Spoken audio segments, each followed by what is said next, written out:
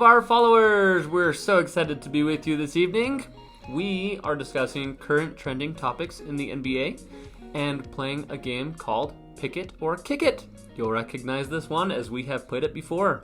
I'm Nate. I'm Ryan. And this is N&R Analysis. Okay, so I have 10 specific topics that I've come up with. I'm going to read them off to Ryan and give a little bit of And I haven't heard them, so detail of what's going on. Trying to figure it out now. How many of these are we doing? And Ryan's going to pick it or kick it, and then I'm also either going to contribute to the conversation or say meh. How many are we actually sticking with? Depends on you, man. Depends on you what you want to talk about. Let's see. Depends on Ryan how long this segment goes. But I know that a lot of our viewers are people that have less basketball knowledge, and some have quite a bit. So this is good because then you can skip to the parts that you want to listen to. Okay, so trending topic number 1. There are currently 8 players averaging above 28.5 points per game this season in the NBA. The topic, who will win the scoring title, / will the scoring title also determine MVP? Pick it or kick it? I'll pick it. Okay. All right, with that said, I'm going to tell you the candidates. Okay. Giannis, Steph Curry, Luka, Kevin Durant, Joel Embiid, Shai Gilgeous-Alexander, Donovan Mitchell, and Jason Tatum.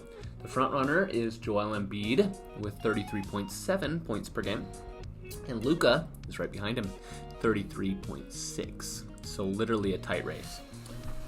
Yeah, it's definitely a tight race. I think out of those guys, I think Luka has a good shot, and also Joel Embiid, and I'll give you a couple reasons why. Luka, if you guys missed it this last week, had crazy, phenomenal night. First time in NBA history, triple-double with 60-plus points happening. Don't talk about that yet. That's one of my topics coming up. Crazy night. Luka had a great night, okay? We'll pick that one. He's the top player on his team. He's put up a lot of points, so that's why I think he could win it. But I'll also throw out Joel Embiid because James Harden, it's going, like, no one's talking about, but James Harden's having a good year with points and assists. He's averaging like 11 assists a game, and so those assists are going to somebody. They're going to Joel Embiid. Yeah. So I think Joel Embiid has a good shot of winning it as long as James Harden continues distributing the ball well. I think they're starting to mesh better together. Yeah, exactly. They're looking and good as teammates. Luka, obviously, he's carrying the load, and that's why he's putting up points. I think Joel Embiid wins it. Okay. As far as the scoring title. But I don't think MVP. he wins MVP, though. Okay. And you think that'll be Luka? I know we said this in a previous video. Okay. I'm kind of in agreement with you on that one. So, okay, moving on. Trending topic number 2. This is the Luka Doncic one. I'm going out of order here. Luka Doncic had the game of his life on December 27th, scoring 60 points, 21 rebounds, and 10 assists. Pick it or kick it? Pick it. Okay, details to go with that. With 33 seconds left in the game, the Mavericks were down 9 and somehow tied it to get the game to go to overtime. Luka was obviously excited about that. Yeah, he had a weird kind of funny dance. If you missed it, awesome though. I'll see if I can find a meme or something. Put it up. Luka becomes the first player with 60 points, 20 boards. 60-point triple boards, triple double. Should I say that correctly? 60-point triple double. No, 60 point 20 rebound triple double because he joins James Harden as the only players with a 60-point triple double, which is cool. Okay. And then of a 50-20 triple double, he's joining the likes of Wilt Chamberlain and Elgin Baylor, which Wilt did that twice. He becomes the Mavs' leading point scorer in a game and completes 2 career highs for himself. Being points and rebounds. So, my thoughts on that, I'm so glad I turned on the game. I wish I did. I don't know how I get this intuition. Theater. I missed that. I was at the movie theater. I would have watched that game. Somehow I get the intuition sometimes to just flip on the game, and then it seems to be a really cool game, which is awesome. This was really, really cool to watch. Just watching the end of it, I turned it on when there was about 1:30 left. So they were down. And funny thing, I had a guy on a page that I follow on Facebook say, I turned the game off and took a shower. And that sucks so bad for him because it's one of the best games I've seen. Luka put on a show. Interesting to point out that in overtime, there weren't any field goals scored until about the last minute, and Luka scored that.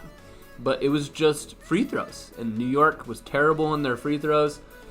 Man, what a fantastic game to watch, though. When he hit 60, it's like thinking, how many does he have right now? 60 points, 21 rebounds, and 10 assists. So, any other thoughts you want to say? Yeah, I mean, obviously, like I said, I missed I was in the movie theater, which is so disappointing. I was texting him. Yeah, I said, I'm getting these Luka right now. I can't look at the one. It's just stuck there in the movie theater.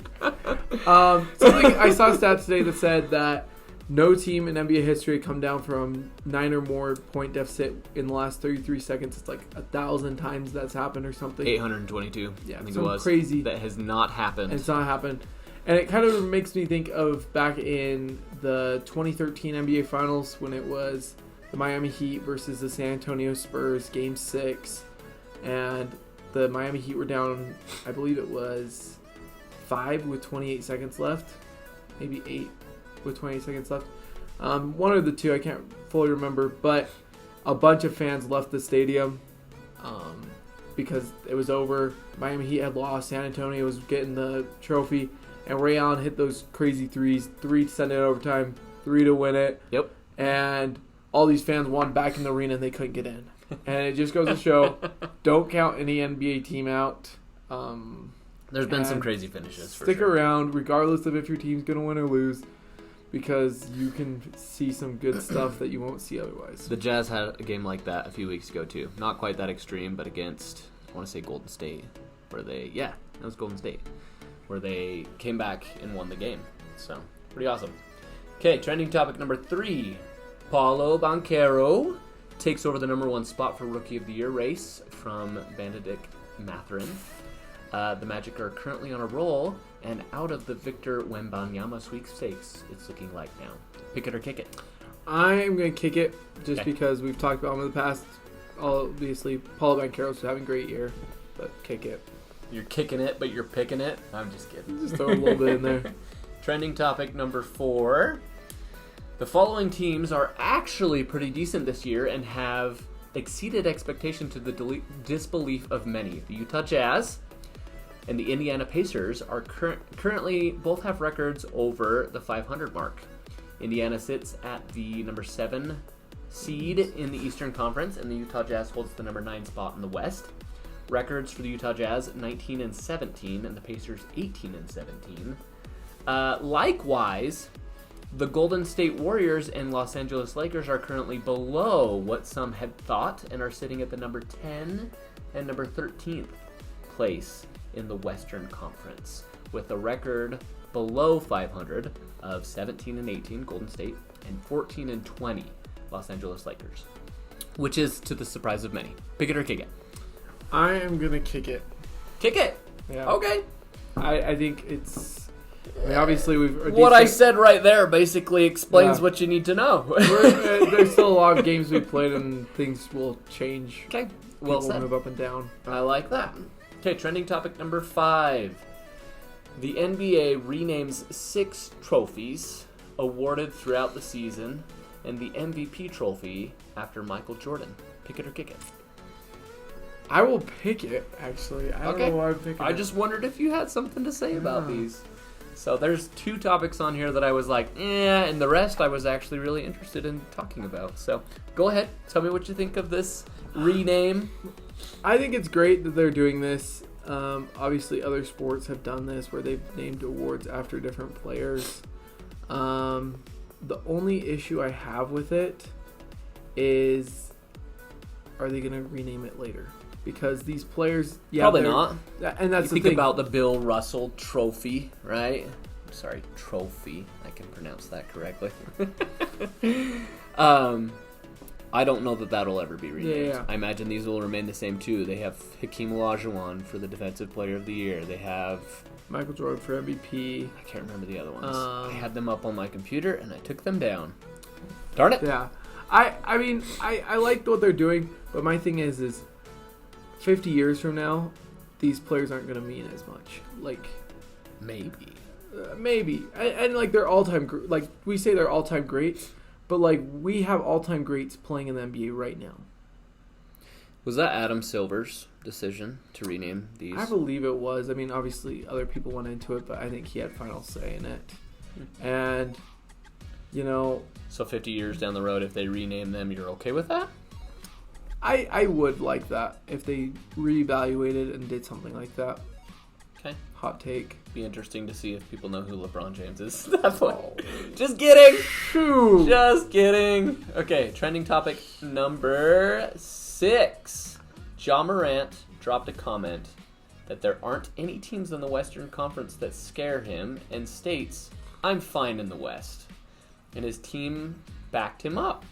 Ja indicated that no Western Conference team keeps the Grizzlies from making it to the finals this year, and said that the team is most worried to meet the Celtics in the finals. Since that time, the Grizzlies have lost games against the Golden State Warriors, the Denver Nuggets, and the Phoenix Suns.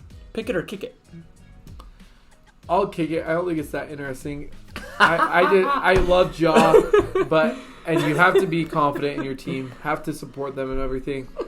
And honestly, the Memphis Grizzlies, I like them, but they're fun to watch. They got plays, but they just aren't that team. I will just say this. They're still growing. Yeah. I don't think it's this year for them. Not there. Despite what he says. I love They were the better confidence, last year, to Ja. be honest, than this year. Yep. I think Ja's better this year than last year, but If, hypothetical situation, if it were the Grizzlies and Golden State going against each other in the playoffs again, who would win that matchup right now? how they're playing right, like today.